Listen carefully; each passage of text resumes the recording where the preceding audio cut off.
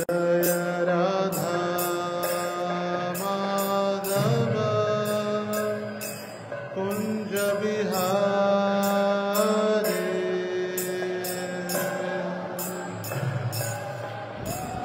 म्हणा सर्वजण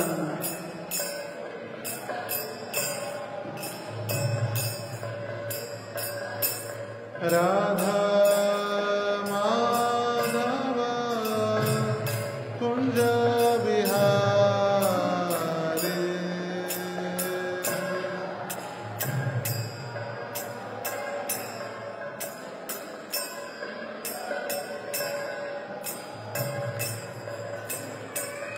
गोपी जन वल्लभ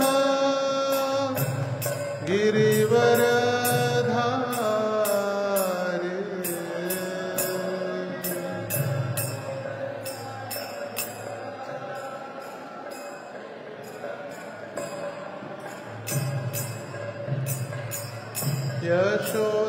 यशोदानंदन ब्रज जन रंजन।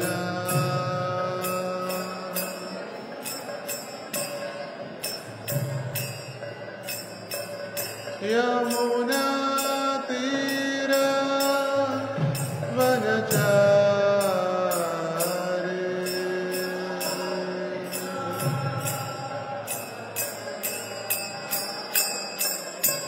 हरे कृष्ण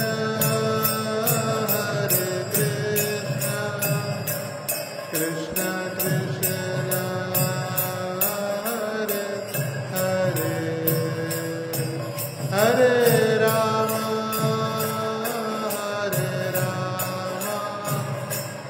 राम राम हरे हरे।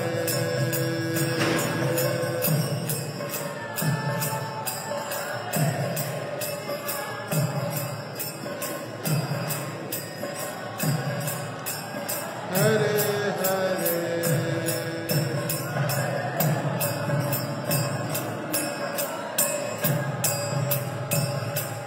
मणा मणा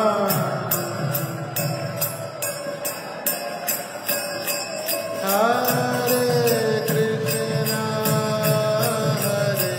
कृष्ण कृष्ण हरे हरे, हरे राम राम राम हरे हरे।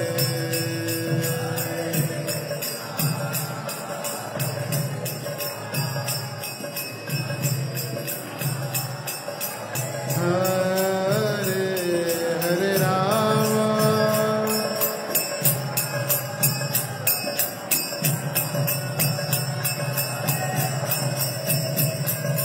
गोपाला गोपाला देवकी नंदन गोपाला।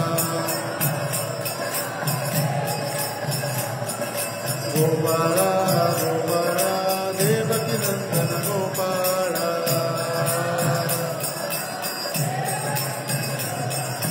गोपाला गोपाला देवकी नंदन गोपाला।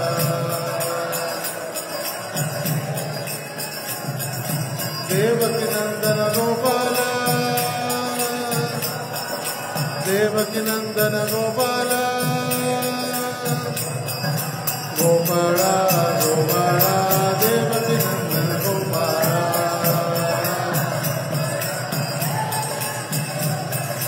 गोपाला गोपाला देवकी नंदन गोपाला। गोपाला गोपाला देवकी नंदन गोपाला। देवकी नंदन गोपाला देवकी नंदन गोपाला। देवकी नंदन गोपाला। गोपाला गोपाला देवकी नंदन गोपाला। गोपाला गोपाला देवकी नंदन गोपाला। गोपाला गोपाला देवकी नंदन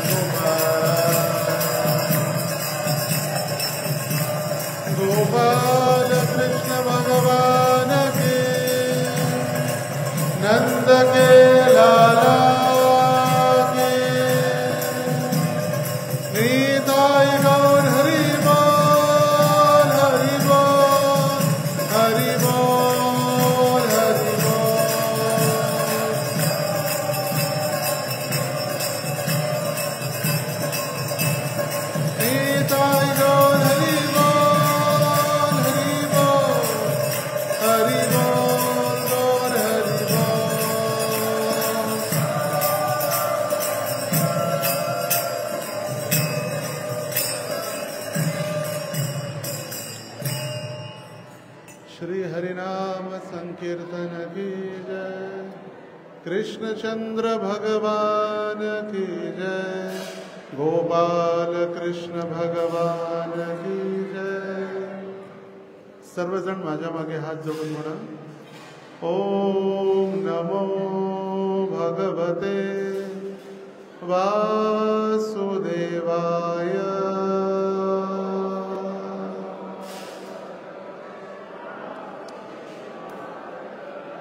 ओम नमो भगवते वासुदेवाय।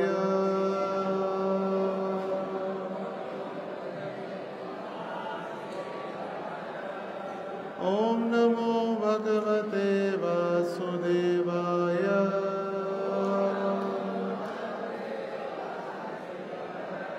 नारायणं नमस्कृत्यं नरं चैव नरोत्तमं देवीं सरस्वतीं व्यासं ततो जयमुदीरये। नष्टप्रायेषु अभद्रेषु नित्यं भागवत सेवया भगवती उत्तम श्लोके भक्तिर्भवति नैष्ठिकीम्। कृष्णाय वासुदेवाय देवकी नंदनाय च नंदगोपः कुमाराय गोविंदाय नमो नमः।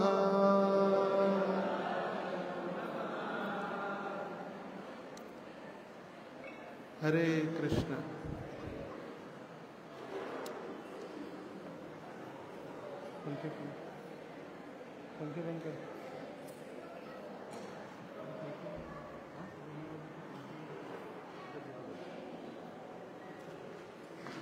मुखं करोति वाचालं पंगुं लंघायते गिरिं यत्कृपातमहं वन्दे श्रीगुरुं दीनतारिणं परमानंदमाधवं श्री चैतन्य ईश्वरम।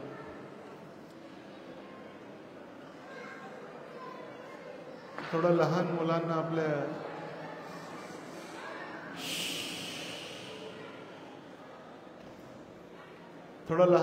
बाहेर पाठवा खेळण्यासाठी।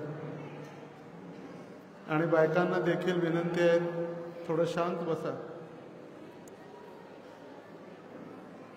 शांत बसून घ्या, थोडं बोलू नका, एक अर्धा तास।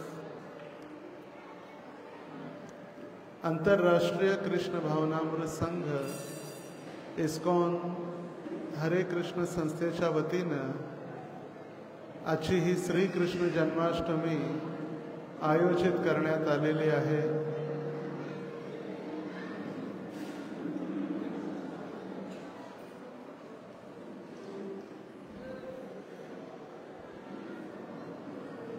हरे कृष्णा कृष्णा कृष्णा हरे हरे, हरे राम राम राम हरे हरे।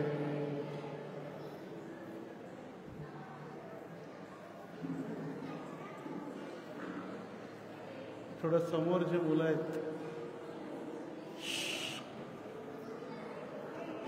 बोलू नका, थोडं बोलू नका।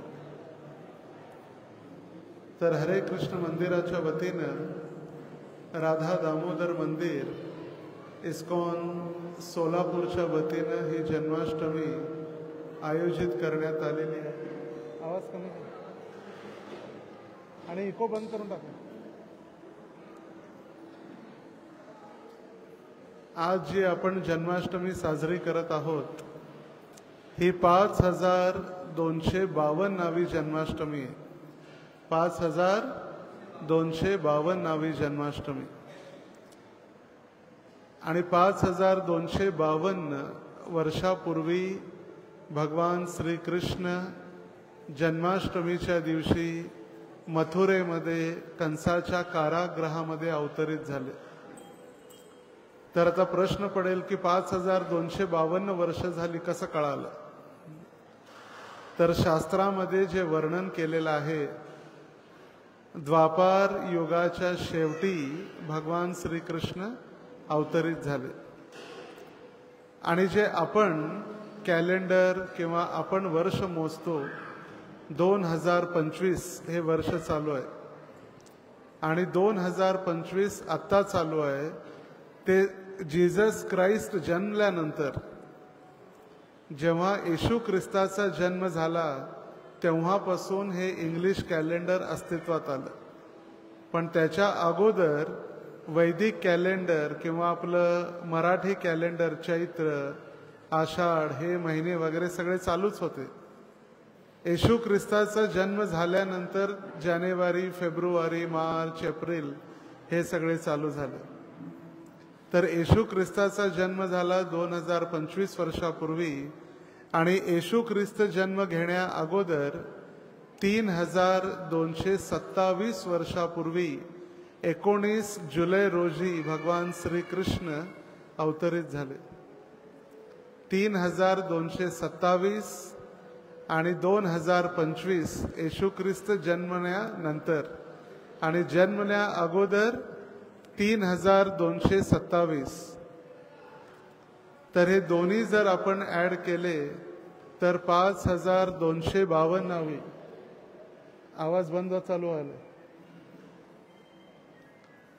5252वी जन्माष्टमी आपण या वर्षी साजरी करत आहोत. 19 जुलै 5252 वर्षापूर्वी भगवान कृष्ण अवतरित झाले मथुरेमध्ये आणि त्याचं वैदिक कॅलेंडर तारीख वार होता बुधवार. आजही बुधवार आहे आणि म्हणून बुधवार विठ्ठलाचा वार किंवा कृष्णाचा वार आपण म्हणतो. बुधवारचा दिवस होता, तारीख होती 19 जुलै आणि वर्ष आजपासून 5252 वर्षापूर्वी अष्टमी तिथी, श्रावणातला महिना आणि जन्मस्थान कोणतं आहे? मथुरा. मथुरेच्या कंसाच्या कारागृहामध्ये मध्यरात्री ठीक 12 वाजता भगवान श्रीकृष्ण प्रकट झाले. देवकी आणि वसुदेवांच्या कुटुंबामध्ये किंवा देवकीच्या गर्भातून भगवंत प्रकट झाले. तर भागवतामध्ये वर्णन करण्यात आलेल्या भागवताचा दशमस्कंद, ज्यावेळी पृथ्वी अगदी दुखी झाली, ज्यावेळी पृथ्वीवरती अधर्म वाढतो, पाप वाढतं, त्यावेळी पृथ्वीला असहनीय होतं. झाडं झुडपं, पर्वत, नद्या, डोंगर, किल्ले याच्याने कधी पृथ्वीला ओझं होत नाही. आपण दररोज सकाळी उठल्यानंतर तशी प्रार्थना तर करायला पाहिजे. समुद्र वसने देवी पर्वतस्तन मंडले विष्णुपत्नी नमस्तुभ्यं पादस्पर्श क्षमस्वमे. हे पृथ्वी दररोज सकाळी उठल्यानंतर अंथरुणातून उतरण्या अगोदर किंवा अंथरुणातून बाहेर येण्या अगोदर आपण पृथ्वीला प्रार्थना करतो. समुद्र वसने देवी पर्वत स्तन मंडले. समुद्र वसन म्हणजे तुमच्यामध्ये समुद्राचा निवास आहे. पर्वतास्तमान तुमचे स्तन आहेत. विष्णू पत्नी नमस्तुभ्यम, हे विष्णूची पत्नी तुला माझा नमस्कार आहे. पादस्पर्श क्षमस्वमे, आणि आता मी तुमच्यावरती पाय ठेवणार आहे, मला काय करा? क्षमा करा. अशी प्रार्थना केली जाते. पण ती प्रार्थना न करता बोलू नका. 4 वेळा सांगितले बोलू नका. आणि जर ज्यांना बोलायचं आहे, काही काम असेल तर त्यांनी बाहेर जाऊन बोलू शकतात. आणि जर ही प्रार्थना तर आपण करतच नाही, आपल्याला सवय लागल्या उठल्या उठल्या मोबाईल बघायची. पूर्वी प्रार्थना करायचे सगळे, कराग्रे वसते लक्ष्मी करमध्ये सरस्वती करमूलेच गोविंदम प्रभाते कर दर्शनम. आता काय प्रार्थना काय म्हणतात आता सगळे? कराग्रे व्हॉट्सअपम करमध्ये फेसबुकम करमूलेच इंस्टाग्रामम प्रभाते मोबाईल दर्शनम. सकाळी उठल्या उठल्या पहिला मोबाईल लागतो. भगवंतांना प्रणाम नाही, घरच्या देवाला प्रणाम नाही, आई वडिलांना प्रणाम नाही. तर त्या पृथ्वीवरती इतका अधर्म वाढलेला होता आणि ती पृथ्वी त्या अधर्मामुळे असहनीय झालेली पृथ्वी एका गायीचं स्वरूप तिनं धारण केलं पृथ्वीनं आणि ती पोचली ब्रह्माजींजवळ. आणि ब्रह्माजींना तिने आपलं दुःख व्यक्त केलं. या सृष्टीचे रचयिता ब्रह्मा. आणि ब्रह्माजींना सांगितलं, हे ब्रह्मा, मला असहनीय झालेलं आहे दुःख, अधर्म वाढलेला आहे. हे अधर्मिक राक्षसी प्रवृत्तीचे राजे मला कष्ट देऊ लागलेले आहेत आणि आपण काहीतरी करणं आवश्यक आहे.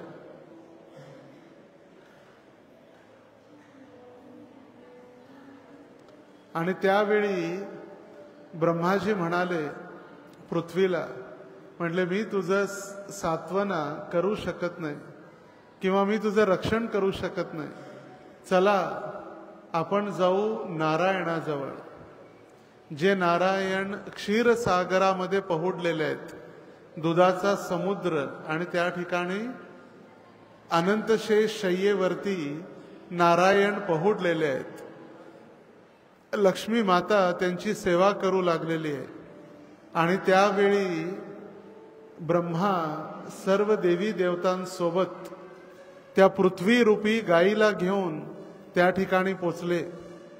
आणि ब्रह्माजींनी प्रार्थना केली भगवंतांना, आणि भगवंता तुम्हाला, ब्रह्माजी सांगू लागले, ही पृथ्वी तुम्हाला शरण आलेली आहे आणि पृथ्वीचं दुःख असहनीय झालेलं आहे. आणि त्यावेळी भगवंतांनी ब्रह्माजींना ज्ञान दिलं. तेने ब्रह्म हृदय आदि कवये मुह्यंती यत् सूरयः. आणि हे ब्रह्मा, तुम्ही सर्व देवी देवतांना सांगा की घाबरण्याचं कारण नाही, मी लवकरच आता अवतार घेणार आहे. आणि तुम्ही देखील सर्व देवी देवता वृष्णी कुळामध्ये आणि यदू कुळामध्ये अवतार घ्या. आणि मी लवकरच यदू कुळामध्ये देवकी आणि वसुदेवांचा पुत्र म्हणून मी अवतरित होणार आहे. आणि हे ऐकल्यानंतर सर्वजण आनंदाने पुन्हा पृथ्वीवरती आले. देवी देवता स्वर्गात गेले, पृथ्वी पुन्हा आपलं कार्य करू लागले.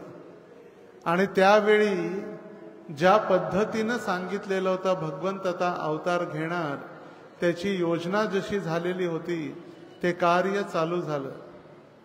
देवकी आणि वसुदेवांचा विवाह झाला.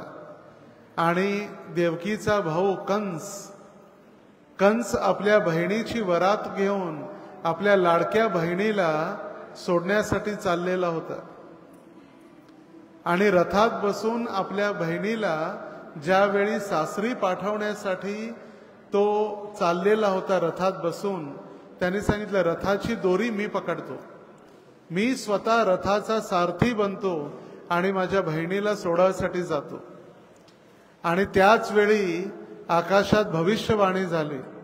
म्हटले, हे मूर्ख कंस, तू ज्या बहिणीला सोडायसाठी चाललेला आहे तिचाच 8वा पुत्र तुझी हत्या करणार आहे. तो तुझा काळ बनून येणार आहे. आणि त्यावेळी त्या लाडक्या बहिणीवरती असलेलं प्रेम एका क्षणात नष्ट झालं. आणि लगेच कंसानं आपली तलवार काढली आणि देवकीची हत्या करण्यासाठी तो निघाला. आणि त्यावेळी वसुदेवाने त्याला समजावून सांगितलं, समजूत घातली, हे कंसा, तुला हे शोभत नाही. तू आता मथुरेचा राजा आहे, ही तुझी बहीण आहे. आणि एका अबला स्त्रीवर हत्या करणं, तिला मारणं, हे एका राजाला शोभा देणारं नाही. आणि त्याचबरोबर ती तुझी बहीण आहे, त्याचबरोबर ती आज नवविवाहिता आहे, नवविवाहिता वधू आहे. आणि तू तिला सासरी सोडण्यासाठी चाललेला आहे. आणि भीती तर 8व्या मुलापासून आहे. पहिल्या मुलापासून किंवा आता तर तिच्यापासून भीती नाहीये, 8व्या मुलापासून भीती आहे. आणि मी तुला वचन देतो, तिचा प्रत्येक जन्माला आलेलं मूल मी तुला आणून देईन. आणि वसुदेवांवरती कंसाचा विश्वास होता आणि त्या कंसाने लगेच त्या दोघांना कारागृहात डांबून टाकलं. जशी वेळ निघून गेली, पहिला पुत्र जन्माला आला वसुदेव आणि देवकींचा नाव ठेवलं कीर्तिमान. पहिल्या मुलाचं नाव काय ठेवलं? कीर्तिमान. आणि पहिलं बाळ घेऊन देवकी आणि वसुदेव पोचले कंसाजवळ आणि कंसाला ते बाळ दिलं.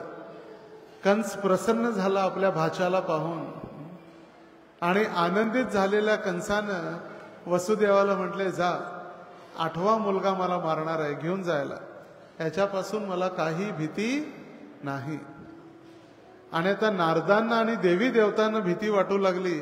असा हा राक्षसी प्रवृत्तीचा हा कंस असा जर चांगला वागला तर मग भगवंत अवतार कसे घेणार? एक फुल दे, प्लास्टिकचं फुल दे, प्लास्टिकचं. आणि त्यावेळी नारद मुनी त्या कंसाला भेटण्यासाठी आले आणि कंसाला त्यांनी प्रचार करण्यासाठी एक फूल घेतलं कमळाचं, ज्याच्यामध्ये 8 पाकळ्या होत्या आणि म्हटले, मोज कंसा, 1 2 3 4 5 6 7 आणि 8. आता म्हटले उलट मोज, 1 2 3 4 5 6 7 आणि 8. म्हटले 8वं जे पहिला जो 1 मोजला आणि आता ते 8वं आलं. तुला वाटत असेल की देवकीचा 8वा मुलगा तुला मारणार आहे, पण तो विष्णू पहिलाही असू शकतोय. तुला फसवण्याची ही देवतांची एक योजना आहे, त्यामुळे फसू नको. आणि लगेच त्यावेळी त्या राक्षसी कंसानं त्या बाळाला उचललं आणि त्याच्या आई वडिलांसमोर, देवकी आणि वसुदेवासमोर दगडावरती पटकून त्याची हत्या केली. त्या बाळाचं रक्त आई वडिलांवरती उडलं पण काही करू शकले नाही. आणि असं पहिला, दुसरा, तिसरा, चौथा, 5वा 6 पुत्रांची हत्या कंसानं केली. आणि त्या पुत्रांची हत्या झाल्यानंतर सांगितलं जाते मारीचीचे 6 पुत्र आहेत. मारीचीचे 6 पुत्र, किंवा आपल्या हृदयामध्ये असलेले 6 दोष आहेत. जसं तुकाराम महाराज प्रार्थना करतात, पापाची वासना नको दाऊ डोळा, त्याहुनी आंधळा बराच मी, निंदेचे श्रवण नको माझे कानी, बधिर करोनी ठेवी देवा, पापाचे बोलणे नको माझे मुखा, त्याहुनी मुक्का बराच मी, तुका म्हणे मज अवघाची कंटाळा, तू एक गोपाळा आवडीशी. तर आपल्या हृदयामध्ये जे काम, क्रोध, लोभ, मद, मोह आणि मात्सर्य, ज्याला आपण षड्रिपू म्हणतो, ते 6 शत्रू जोपर्यंत जात नाहीत तोपर्यंत भगवंत येत नाहीत. तर पहिल्या 6 पुत्रांची हत्या त्या कंसानं केली. आता 7वे अवतार साक्षात बलरामजी, बळीदादा अवतरित झाले देवकीच्या गर्भामध्ये. आणि ते देवकीच्या गर्भामध्ये बळीदादा जेव्हा अवतरित झाले त्यावेळी,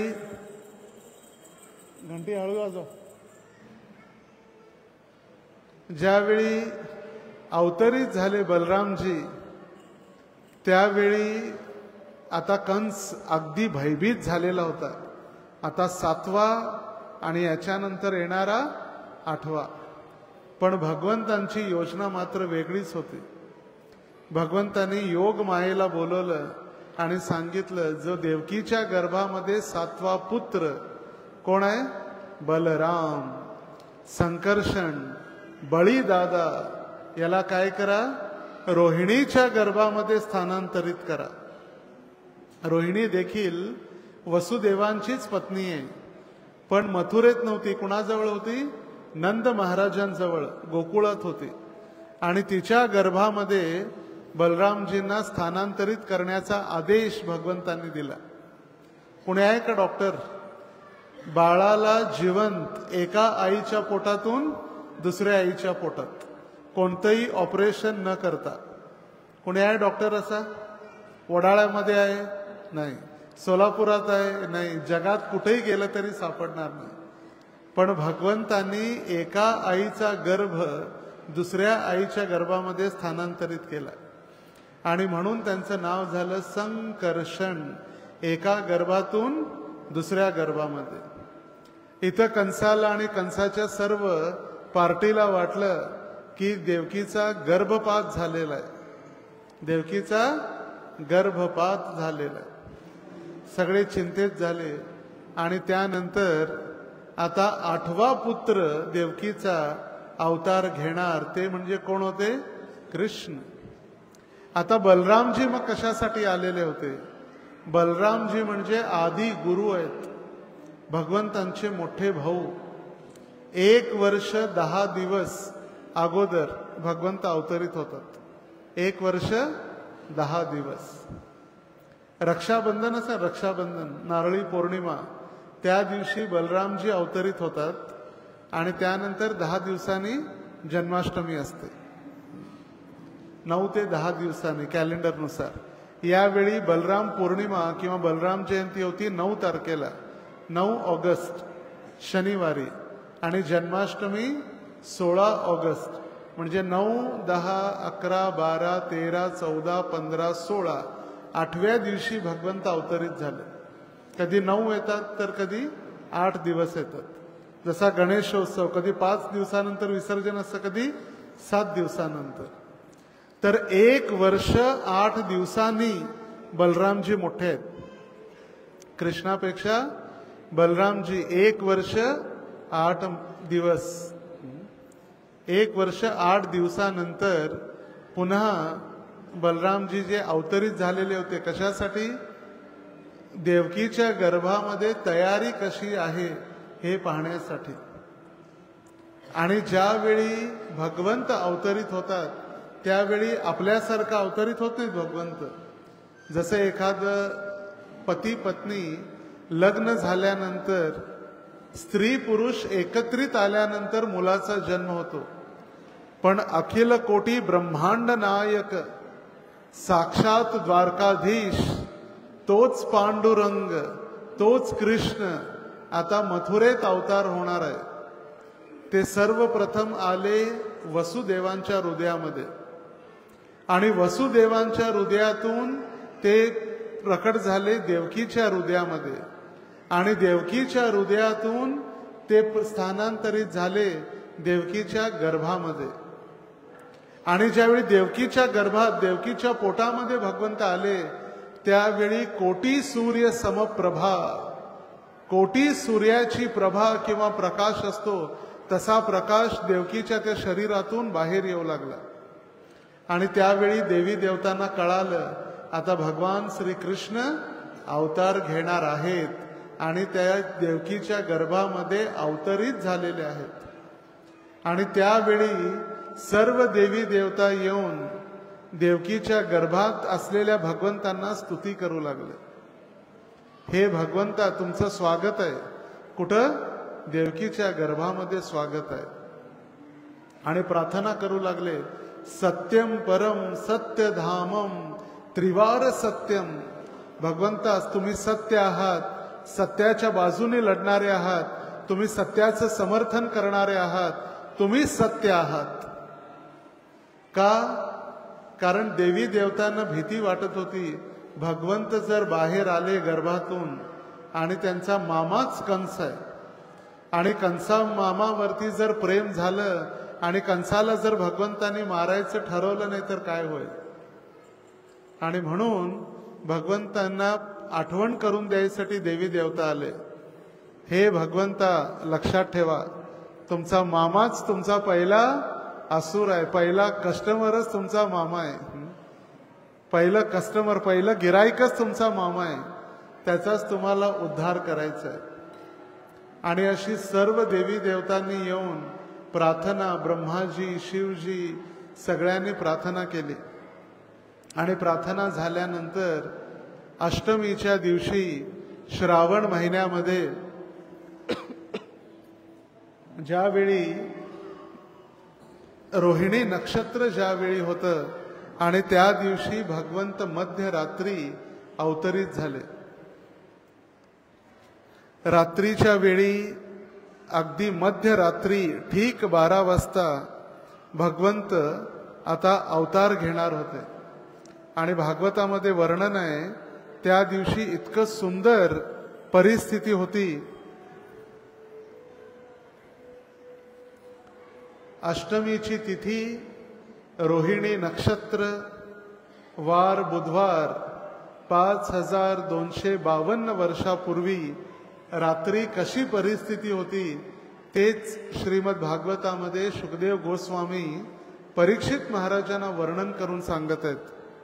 श्री शुक उवाच अथ सर्व गुणोपेतम काल परमशोभनः यैरेवा जनलक्षण शान्तर्षर्ग्रहतारकम् दिशप्रसूदे दुर्गगणनं निर्मलोडो गणोदयम् महीमङ्गलभूयिष्ठं पुरा ग्रामव्रजाकरा नद्यप्रसन्न सलीला रुदा जलरुह श्रियः द्विजालिकुलसान्दस्त्वका वका वनराजयः ववयायुषुखस्पर्श पुण्यगन्धवः शुचिः अग्नयञ्च द्विजातीनां शान्तांस्तस्त्रसमिन्धतः मनास्यासन्न प्रसन्नानि साधूनामसुरद्रिहाम् जायमाने जने तस्मिन् नेदुदुन्दर्भयसमम्. तर त्यावेळी कशी परिस्थिती झाली किंवा वातावरण कसं होतं, त्या जन्माष्टमीचं वातावरण शुकदेव गोस्वामी भागवताच्या दशमस्कंदामध्ये वर्णन करत आहेत. तर आपल्या वैदिक सभ्यतेमध्ये किंवा सनातन संस्कृतीमध्ये 2 महत्वपूर्ण ग्रंथ आहेत. एक भगवद्गीता आणि दुसरं भागवत. भगवद्गीता शिकवते जगावं कसं आणि भागवत शिकवतं मरावं कसं. कारण परीक्षित महाराजांना 7 दिवसामध्ये तक्षक नामक सर्प येऊन त्यांना दंश करणार ही श्राप प्राप्त झालेला होता शृंगी ऋषीकडून, क्षमिक ऋषींचे पुत्र. लहान मुलाने कोणताही विचार न करता त्यांनी लगेच हातामध्ये पाणी घेऊन श्राप दिला, माझ्या वडिलांच्या गळ्यामध्ये ज्यांनी श्रर्प घातलेला आहे, ज्यांनी साप माझ्या वडिलांच्या गळ्यात टाकला तो कुणी असो, 7 दिवसाच्या शेवटी एक सर्पदंश करून त्याचा मृत्यू होईल. आणि हे ऐकल्यानंतर परीक्षित महाराजांनी सर्व राज्य सोडून दिलं आणि लगेच गंगेच्या काठी शुक्ताल, जिथं आजही ते वटवृक्ष आहे, ज्या वटवृक्षाखाली परीक्षित महाराजांनी साठी शुकदेव गोस्वामींनी भागवत कथा केली 7 दिवस. तो आहे भागवत ग्रंथ. आणि भगवद्गीता म्हणजे मनुष्याने जगावं कसं, फक्त हात ठेवायसाठी नाही. मैं जो कहूंगा सच के सिवा कुछ नहीं कहूंगा. जर आपण पहिलेपासून जर वाचली असती गीता किंवा तिचं अध्ययन केलं असतं तर हात ठेवायची वेळ कधी आली नसती.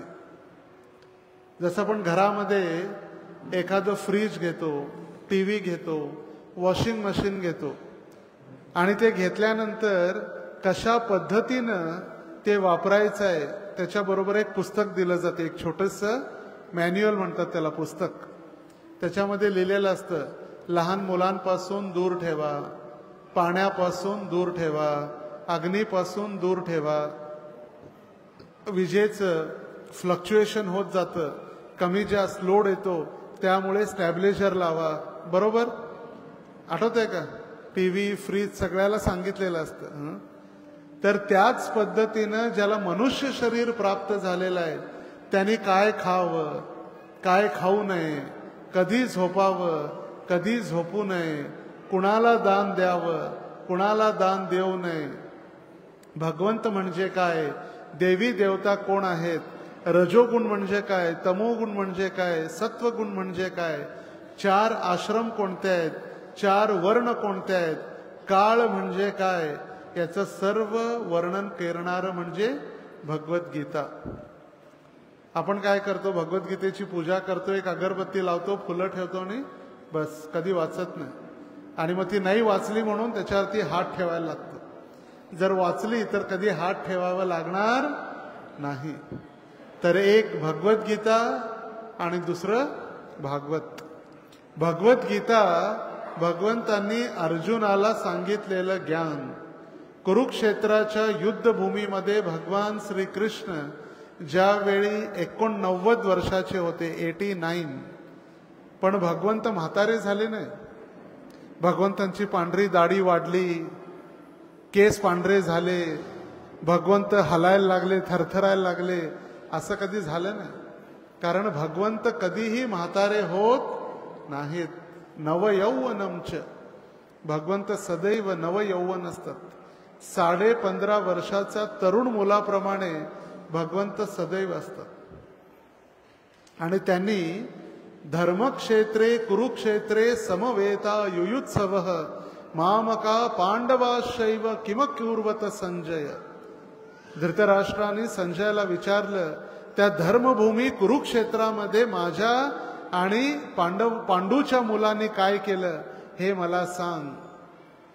आणि संजय होता हस्तिनापुरामध्ये धृतराष्ट्राच्या समोर, आणि कुरुक्षेत्र कुठं आहे, 500 किलोमीटर दूर. आणि दूर काय चाललंय हे संजय बघून आध्यात्मिक शक्तीनं तो धृतराष्ट्राला सांगत होता. आणि त्यावेळी भगवंतांनी जे ज्ञान दिलं ती म्हणजे भगवद्गीता. अर्जुनाला युद्ध करायची इच्छा नव्हती. अर्जुन म्हणाला, माझे पाहुणे, माझे गुरु, माझे बंधू सगळे हे माझेच आहेत आणि त्यांच्यासोबत युद्ध करून मला काय मिळणार आहे. तेव्हा अर्जुनाला माहित नव्हतं सक्का भाऊ पक्का वैरी असतो. आणि म्हणून अर्जुन म्हटला, नाही नाही, माझ्या भावंडांना मी कसा मारू, मी युद्ध करणार नाही भगवंता. आणि भगवंतांना शरण ग्रहण केला. आणि त्यावेळी भगवंतांनी सांगितलं, अर्जुना, एका पंडिताप्रमाणे तर बोलतो पण कार्य एका मूर्खाप्रमाणे. तू म्हणतो या लोकांना मारणारा तू आहेस, पण तू मारणारा नाही. तू तर एक फक्त निमित्त आहे. ज्याचा जन्म झालेला आहे त्याचा मृत्यू निश्चित आहे. जातस्य हि ध्रुवो मृत्यू ध्रुवम जन्म मृतस्य च तस्मात् परिहार्येथे नत्वम शोचितुमर्हसि. ज्याचा जन्म झालेला आहे त्याचा मृत्यू निश्चित आहे. आपण घरात बसलो मृत्यू येणार नाही का? येणार. कोणी सांगितलं, महाराज तुमचा मृत्यू बसमध्ये लाल परीमध्ये होणार आहे. मग आपण जर लाल परीत न बसता घरात बसलं, खिडकीतून एक साप येणार, चावणार, मरणार. जेव्हा मृत्यू लिहिलेला आहे तो मरणार. आपण फक्त निमित्त हे बन अर्जुना. भगवान म्हटले, जो आत्मा आहे तो शाश्वत आहे. आत्म्याला कुणीही मारू शकत नाही. वासांसी जीर्णानि यथा विहाय नवानि गृह्णान्ति नरोपराणि तथा शरीराणि विहाय जीर्णान्य अन्यानि संयाति नवानि देहि. जसं कपडे आपण फाटल्यानंतर काय करतो, काय करतं कपडे फाटल्यावर? कधी बटन तुटलं, कपडे जर फाटला थोडं, काय करतो आपण? शिवतो, सुई दोरा घेऊन शिवतो. पण कपडे जर जास्तच फाटले, जुने झाले तर काय करतो? मग फेकून देतो. तसंच जीर्ण आणि जुनं झालेलं शरीर आत्मा फेकून देते. आणि जेव्हा आपला ऍक्सिडेंट होतो त्यावेळी डॉक्टर काय करतो? सुई दोरा घेऊन त्या शरीराला शिवतो. त्याला आपण म्हणतो टाके घालणे, बरोबर? की टाकून देतो आपण? नाही, टाके घालतो. सुई दोरा आणि टाके घातले जातात. आणि म्हणून त्या शरीराची तुलना भगवंतांनी एका कपड्याप्रमाणे केलेली आहे. जोपर्यंत चांगला आहे तोपर्यंत आत्मा वापरते, जुनं आणि जीर्ण झाल्यानंतर त्याला मग सोडून देते. आणि आत्मा शरीर सोडला याचा अर्थ त्याचा मृत्यू झाला. जेव्हा तो आत्मा शरीरातून जातो त्या शरीराची किंमत 120 रुपये सुद्धा राहत नाही. किती? 120. त्याच्यामध्ये असलेला प्राणवायू, ऑक्सिजन, कार्बन डायऑक्साईड, हायड्रोजन, काही करा, सगळं मिळवलं तरी 120 रुपये. पण आपण लाखो करोडो रुपये त्या शरीरावरती खर्च करतो जोपर्यंत त्यामध्ये आत्मा आहे तोपर्यंत. आणि हे ज्ञान भगवंतांनी भगवद्गीतेमध्ये दिलेलं आहे. आणि भागवतामध्ये जे ज्ञान दिलेलं आहे, आपण मरावं कसं, मरणार मरणार म्हणून चिंता न करते वेळी भगवंतांची शरण ग्रहण करणं. नाम संकीर्तन साधन पै सोपे, जळतील पापे जन्मांतरीचे. आपल्याला भक्ती नको वाटते, आरामात राहून खाऊन पिऊन. एक चार्वाक मुनी होते. ते चार्वाक मुनी म्हणाले, यावम जीवेत सुखम जीवेत, ऋणम कृत्वा घृतम पिबेत, भस्मीभूतस्य देहस्य कुतः पुनरागमनो भवेत. महाराज, जगायचं आहे तर कसं जगा? तूप पिऊन जगा. खाईन तर तुपाशी, नाही तर उपाशी. यावम जीवेत सुखम जीवेत, आनंदाने जगा. पैसे नसतील तर कर्ज काढा. आता बघ, आपण बसमध्ये जाता, सगळीकडे लिहिलेलं असतं 10 मिनिटात कर्ज, 1 मिनिटात कर्ज. आमच्या बँकेतून कर्ज घ्या, आमच्या बँकेतून कर्ज घ्या. घ्या, काय करा? कर्ज काढा आणि तूप प्या, आनंदाने जगा. एकदा मेल्यानंतर, हे एकदा शरीर जाळल्यानंतर कोण बघितलंय पुढचा जन्म? बरोबर, हे शिकवलं जातं ना आपल्याला. पण भगवद्गीता शिकवते नाही, हा जन्म झाल्यानंतर पुन्हा एक आपला जन्म आहे. अंतकालेच मामेव स्मरण मुक्त्वा कलेवरम. मरते वेळी आपलं जे चिंतन आहे ते चिंतन आपल्याला पुढचा जन्म प्रदान करतं. मग जर कोणी बुद्धिमान असेल तो म्हणू शकतो, महाराज मग भक्ती बिक्ती करायची काय आवश्यकता आहे? एवढे सगळे नियम, एवढं हरे कृष्णा करायची काय गरज आहे? मरताना म्हणा हे कृष्ण बस. भगवंतांकडे जातो की आपण. किती सोपं आहे. एखादा विद्यार्थी जर वर्षभर शाळेत गेला नाही आणि म्हटला मी डायरेक्ट परीक्षेला जातो आणि पास होतो, होणार का? आपण कधीच जीवनभर भगवंतांचं नाव घेतलं नाही आणि आपण म्हणू मरते वेळी भगवंतांचं नाव घेतो. मरते वेळी भगवंतांचं नाव कधीच येणार नाही. आणि त्यात जर म्हातारपण आलं, दात पडले, तर मग काय राम काय आणि कृष्ण काय विसरून जा. आले कुठून कुठून आले यम यम आले मग यम दिसायला लागतात. कृष्ण आणि राम भगवंतांचं तोंडातून नाव निघणार नाही. एक व्यक्ती मरणासन्न बसलेला होता अंथरुणामध्ये आणि प्रत्येक वेळी दरवाजाजवळ बोट दाखवत होता. प्रत्येक वेळी, मरते वेळी. मुलांना वाटलं काहीतरी हंडा सोन्याचा लपून ठेवलाय की काय गार्डनमध्ये. डॉक्टरांना बोलवलं, डॉक्टर ह्याला काहीतरी बोलायचं आहे पण हा बोलू शकत नाही, फक्त बोट दाखवू लागलाय, काहीतरी याला औषध द्या, इंजेक्शन द्या, काहीतरी बोलू दे. डॉक्टर म्हटले 2 लाख रुपये खर्च येईल, 2 मिनिटं बोलेल. म्हटले चालेल, 2 लाख रुपये घ्या, खरं बोलू द्या. 2 लाखाचं इंजेक्शन दिलं आणि त्या डॉक्टरांनी इंजेक्शन दिल्यानंतर तो व्यक्ती बोलू लागला. 2 मिनिटं. काय बोलला? म्हटले मी जिवंत आहे तोपर्यंतच दरवाजामध्ये शेळ्या आणि बकऱ्या गार्डन खाऊ लागलेल्या आहेत, मी मेल्यानंतर काय होईल म्हटलं आणि मेला. वा, काय चिंता. मरणाची वेळ आलेली आहे आणि त्याला बकरी, शेळ्या गार्डन खातायत, झाडं खातायत, त्याला चिंता लागली. आम्ही एकदा हरिद्वारमध्ये होतो आणि आमचे गुरु महाराज सांगतात, हरिद्वारमध्ये एकटा व्यक्ती सगळ्यांना कोका कोला वाटत होता, कोका कोलाच्या बाटल्या. म्हटलं हरिद्वारमध्ये हलवा प्रसाद, शिरा, पुरी, खडीसाखर, केळी तो प्रसाद असतो, कोका कोलाच्या बाटल्या कोण वाटतं? तर त्याला विचारलं, महाराज का कोका कोला? तर त्यांनी सांगितलं, काय सांगू महाराज, आमच्या वडिलांना आम्ही म्हटलं मरते वेळी, बाबा भोला म्हणा भोला, पप्पा बोलो भोला. बाबा म्हटले कोका कोला आणि मेले.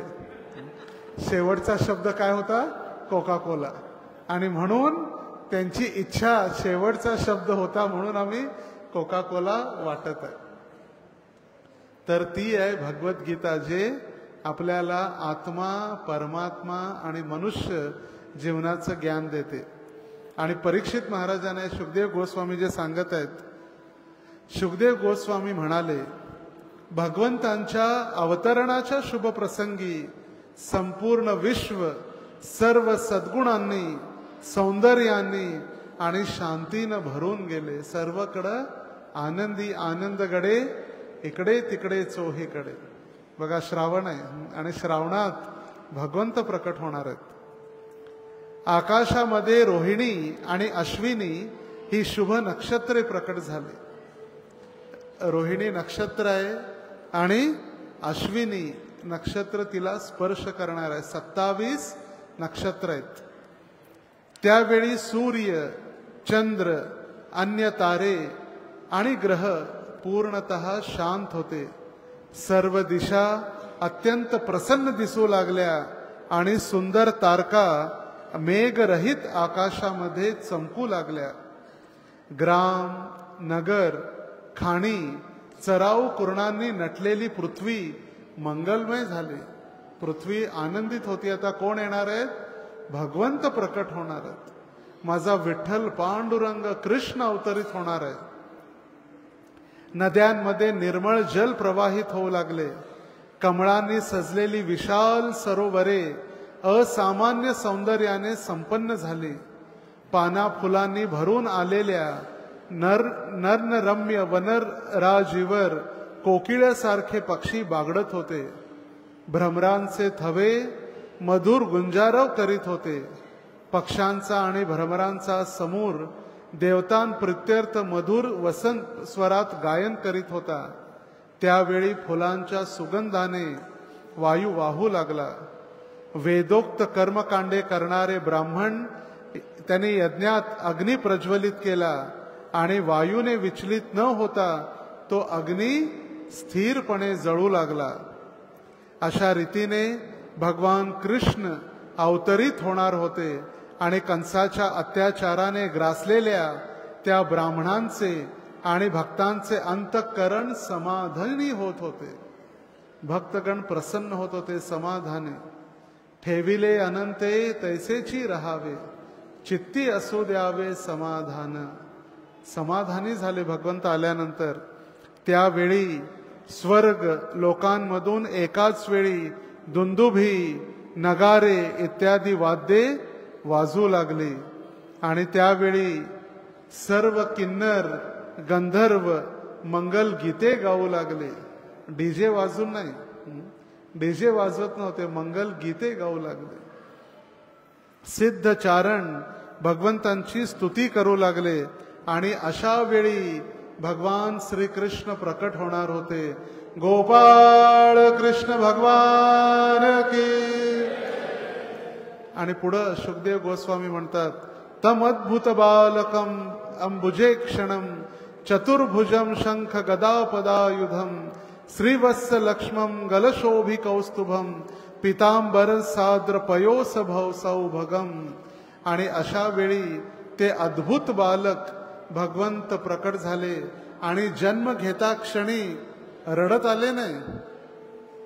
आपल्यामध्ये जर जन्माला जर बाळ आलं, जर चुकून रडलं नाही तर त्याला मारून रडवलं जातं. रड बाबा रड, इथं आल्यावर रडणंच आहे तुला, जिंदगीभर रडायची सुरुवात झालेली आहे, रड. पण भगवंतांचे लांब आणि कुरळे मोठे केस, भगवंतांनी मुकुट धारण करून चतुर्भुज, हातामध्ये शंख चक्र गदा पद्म पीतांबर, गळ्यामध्ये कौस्तुभ मणी, श्रीवत्स, कानामध्ये वैदुर्याचे मणी असलेले कमंड कानातले, हातामध्ये कंकण, बाजू बंद धारण करून भगवंत प्रकट झाले. असं बालक कधी जन्माला आलंय का? सगळे कपडे दागिने घालूनच बाळ कृष्ण भगवंत अवतरित झाले. आणि असे भगवंत प्रकट झाले कशासाठी? परित्राणाय साधूनां विनाशाय च दुष्कृतां धर्म संस्थापनार्थाय संभवामी युगे युगे, माझ्या भक्तांचं रक्षण करण्यासाठी, असुरांचा वध करण्यासाठी अर्जुना मी प्रत्येक युगायुगामध्ये अवतरित होतो. कधी कृष्ण बनून, कधी राम बनून, कधी नरसिंह बनून, कधी वामन बनून, कधी कूर्म बनून, तर कधी परशुराम बनून, तर कधी बुद्ध बनून, तर कधी बलराम बनून. अशी भगवंतांची अनंत अवतार आहेत. आणि त्या अनंत अवतारांपैकी 10 अवतार आपल्याला माहित आहेत. त्याला म्हणतो आपण दशावतार. ये यो विठ्ठले माझे माऊली, आपण भजन म्हणतो ना. प्रल्हादा कारणे स्तंभी नरहर गुरु गुरुशी. प्रल्हादासाठी भगवंत खांब्यामध्ये प्रकट झाले. आई वडील कोण होते? तो खांबाच त्यांचा आई वडील होता. हिरण्यकश्यपूने विचारलं, प्रल्हाद कुठे आहेत तुझे भगवान, सांग. ते म्हणते ते कुठं नाहीत हे सांगा. विश्वामध्ये ठसून लपलेला असं एक जागा नाही आहे जिथं भगवंत नाही आहेत. अणु रेणू कणा कणामध्ये भगवंत सर्वत्र व्यापलेला आहेत. हिरण्यकश्यपू चिडला, म्हटलाय महलामध्ये आहेत का? म्हटलं इथं पण आहेत. या खांब्यात आहेत का? खांब्यात पण आहेत. आणि खांब्यावरती जेव्हा गदा प्रहार केला, खांब्यातून भगवंत प्रकट झाले.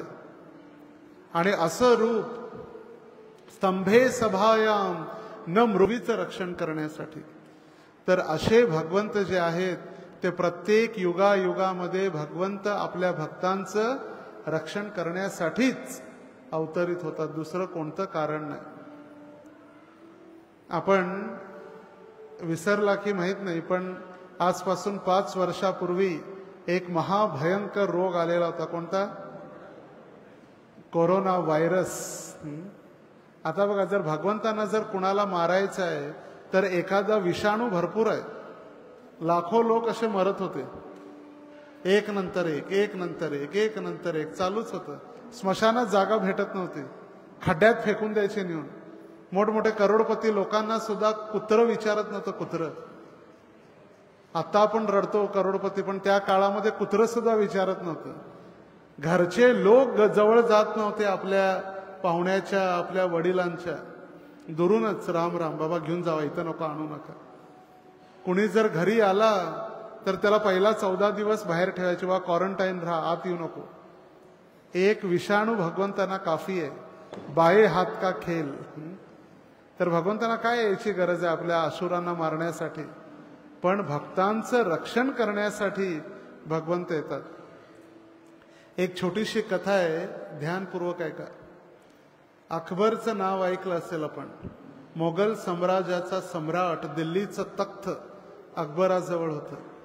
आणि अकबराचा सरसेनापती बिरबल. त्या अकबराने बिरबलाला विचारलं, अरे बिरबल, तुमच्या देवाकडे कुणी असिस्टंट किंवा कुणी सेवक नाहीत का रे? तुम्ही म्हणता आमचे भगवंत आमच्या भक्तांचं रक्षण करण्यासाठी स्वतः येतात, त्यांना कुणी असिस्टंट वगैरे नाहीत का?